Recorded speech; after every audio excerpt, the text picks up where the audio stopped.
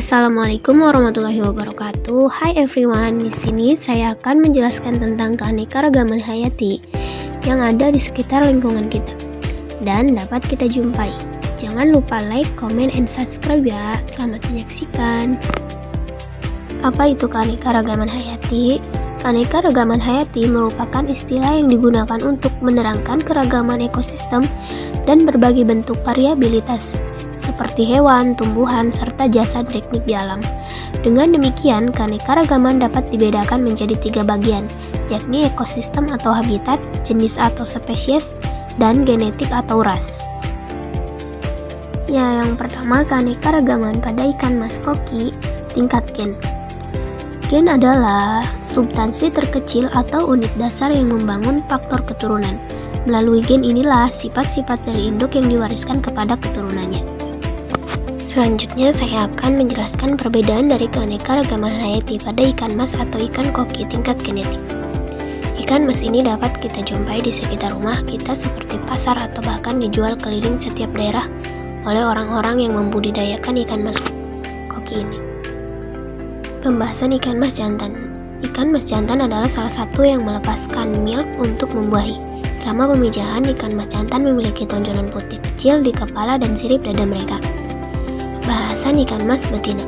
Ikan mas betina lebih besar dan berbentuk bulat dan membawa telur. Ketika mereka dewasa, mereka mulai gemuk dan tumbuh mereka tampak lebih tidak rata daripada jantan. Perbedaan utama antara ikan mas jantan dan ikan mas betina. Perbedaan pertama antara ikan mas jantan dan ikan mas betina adalah perilaku mereka. Ikan mas jantan cenderung lebih agresif dan mengejar betina pada menahan. Sedangkan betina cukup pemalu dalam perilaku dan mereka adalah salah satu yang diganggu oleh ikan mas jantan. Ikan mas jantan lebih panjang dan ramping, sedangkan betina lebih bulat, gemuk, dan lebih besar bentuknya. Ventilasi di bawah ekor betina terbentuk cembung dan bulat, sedangkan jantan berbentuk cekung dan tipis. Ventilasi pada betina menjadi lebih bulat dan mengembang untuk berkembang biak. Laki-laki cenderung melepaskan milk, sedangkan betina cenderung melepaskan kotoran dan telur. Selama musim pemijahan, tonjolan kecil muncul di kepala atau insang pada ikan mas jantan, sedangkan tonjolan kecil di sepanjang garis tengah tidak ada pada ikan mas betina.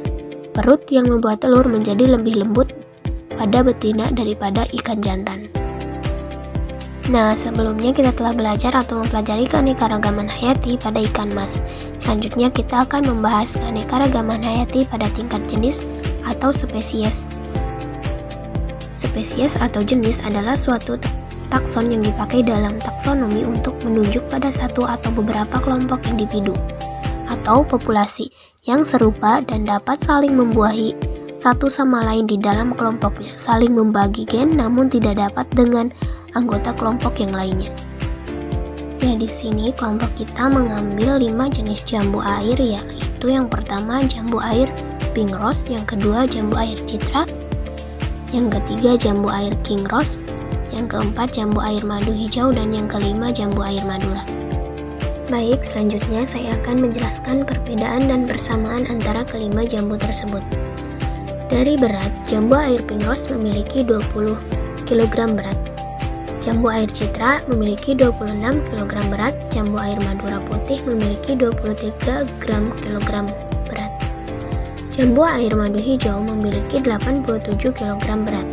Sedangkan jambu air king rose memiliki 45 kg berat.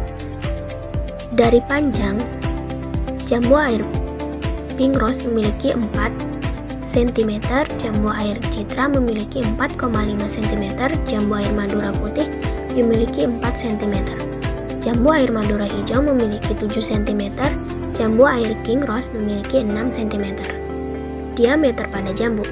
Yang pertama, jambu air pink rose memiliki 16,5 cm, jambu air citra memiliki 14,5 cm, jambu air madura putih memiliki 14 cm, jambu air madura hijau memiliki 21 cm, dan jambu air king rose memiliki 16 cm. Warna kulit. Warna kulit pada jambu air pink rose memiliki warna pink, jambu air citra merah, jambu air madura putih kehijau-hijauan. Sedangkan jambu air madura hijau muda, dan jambu air king rose memiliki warna hijau kemerahan. Dari warna daging, semuanya memiliki warna putih. Kadar air. Jambu air pink rose memiliki 13 ml, jambu air citra 17 ml, jambu air madura putih 10 ml, jambu air madura hijau 9, ml, jambu air king rose memiliki 10 ml. Soal rasa, jambu air pink rose memiliki rasa manis dan asam. Jambu air citra memiliki rasa manis sepat.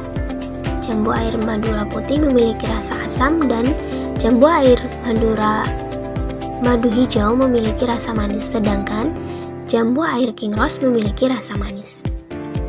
Selain itu, kelima jambu air ini memiliki perbedaan dari bentuk bunga dan bentuk daun. Setelah dilakukan pengamatan pada berbagai jenis jambu air, diketahui bahwa tiap-tiap jambu air memiliki sifat dan karakter yang unik dan berbeda-beda. Perbedaan itu dapat dilihat dari warna kulit, panjang buah, berat buah, diameter buah, kadar air buah, dan juga rasa buahnya. Perbedaan nampak dan sifat jambu air tersebut disebabkan oleh adanya perbedaan susunan yang menghasilkan variasi pada spesies jambu air. Setelah kita belajar mengenai gen dan spesies, selanjutnya kita akan belajar tentang ekosistem. Ekosistem adalah suatu sistem ekologi yang terbentuk hubungan timbal balik yang tak terpisah antara makhluk hidup dengan lingkungannya. Yang pertama ada ekosistem kebun. Kebun merupakan ekosistem buatan yang dibuat oleh manusia, dan ciri-ciri pada ekosistem kebun yaitu pertama, tidak terbentuk secara alami melainkan dibentuk oleh manusia. Yang kedua, keragaman flora dan fauna yang rendah. Dan yang ketiga, hewan yang berada di kebun merupakan hewan ternak dan beberapa hama pengganggu. Interaksi yang terjadi di ekosistem kebun ini adalah interaksi antar komponen biotik di mana berbentuk sebagai rantai makanan. Di dalam ekosistem kebun ini terdapat dua komponen, yaitu komponen biotik dan abiotik. Yang pertama ada komponen abiotik yang merupakan komponen fisik dan kimia yang berperan sebagai media tempat kehidupan berlangsung. Komponen abiotik di dalam ekosistem kebun ini dibagi menjadi 4, yaitu cahaya matahari, tanah, air, dan udara. Komponen kedua yaitu komponen biotik. Komponen biotik ini merupakan organisme yang hidup di dalam suatu ekosistem yang menjadi penyusun dan berpengaruh terhadap ekosistem.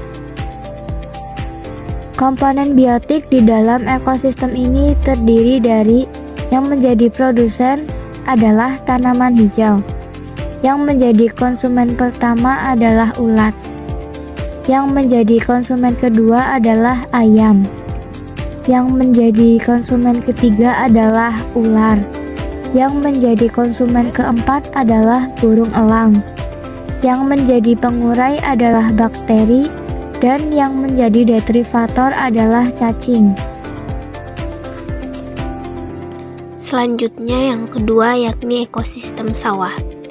Sawah merupakan ekosistem yang mencirikan ekosistem pertanian sederhana, atau lebih tepatnya ekosistem buatan yang berupa lahan usaha bidang pertanian tanaman yang diciptakan manusia untuk memenuhi kebutuhannya.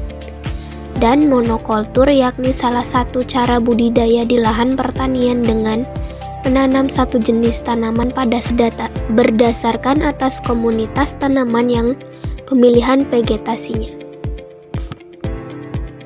Sistem alam ini disebut sebagai sistem ekologi, yang kemudian disingkat dan menjadi lebih dikenal sebagai ekosistem. Komponen biotik merupakan komponen yang terdiri dari makhluk hidup yang secara langsung maupun tidak langsung berhubungan atau berinteraksi dengan komponen lainnya, baik dengan komponen biotik maupun dengan komponen abiotik.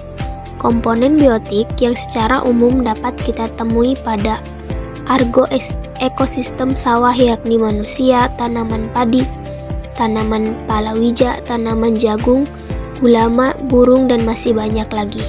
Sedangkan komponen-komponen biotik yang ada dan ditemui pada agroekosistem sawah tersebut yaitu tanaman produksi seperti padi dan jagung, organisme pengganggu, kupu-kupu, capung, tikus, dan manusia. Masing-masing dari komponen biotik yang ada di sana akan memberikan pengaruh dan dampak bagi perjalannya siklus energi yang ada di dalam sawah. Komponen abiotik merupakan komponen yang berkebalikan dengan komponen biotik.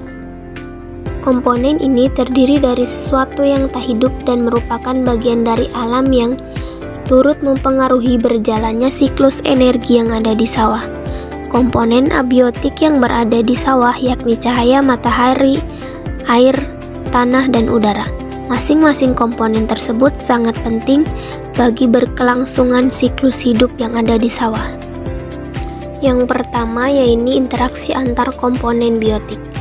Tanaman padi, rumput, dan genjer terdapat dua interaksi, yakni interaksi padi dengan tanaman liar dan interaksi padi dengan tanaman genjer. Interaksi tanaman padi dengan tanaman liar merupakan interaksi antar komponen biotik. Dengan komponen biotik merupakan interaksi antar organisme. Rumput liar adalah tumbuhan yang keberadaannya tidak diinginkan pada lahan pertanian karena rumput liar ini secara langsung maupun tidak langsung akan merugikan para petani pada umumnya dan menurunkan produksi tanaman padi yang tidak bisa dicapai. Dan yang kedua yakni interaksi antar komponen abiotik dan interaksi komponen biotik dengan abiotik.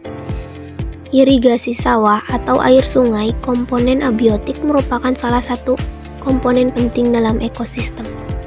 Komponen abiotik yang terdapat di sawah yang kami amati antara lain cahaya matahari, air sungai, batu, tanah, dan angin. Interaksi terdapat pada ekosistem sawah yaitu antara air dengan tanah, air dengan cahaya matahari, tanah dengan cahaya matahari, dan interaksi lainnya. Pada peristiwa rantai makanan terjadi proses makan dan dimakan dalam urutan tertentu. Dan setiap tingkat dari rantai makanan dalam suatu ekosistem disebut dengan tingkat tropik. Pada tingkat tropik yang pertama yaitu organisme yang dapat menghasilkan atau membuat zat makanan sendiri, yaitu tumbuh-tumbuhan hijau, kata lain disebut sebagai produsen. Lalu organisme yang menempati tingkat tropik yang kedua disebut dengan konsumen primer atau konsumen tingkat 1. Konsumen ini umumnya ditempati oleh hewan herbivora atau pemakan tumbuhan. Selanjutnya, organisme yang menempati tingkat tropik ketiga disebut dengan konsumen sekunder atau konsumen tingkat 2. Umumnya ditempati oleh hewan karnivora atau hewan pemakan daging dan seterusnya. Dan organisme yang menduduki tingkat tropik tertinggi konsumen puncak biasanya ditempati oleh omnivora. Ya, jadi itulah keanekaragaman hayati yang bisa kelompok kami jelaskan, bahwa di sekitar kita terdapat banyak keanekaragaman hayati yang sangat menarik dan sangat mudah buat kita temui. Sekian, terima kasih. Wassalamualaikum warahmatullahi wabarakatuh.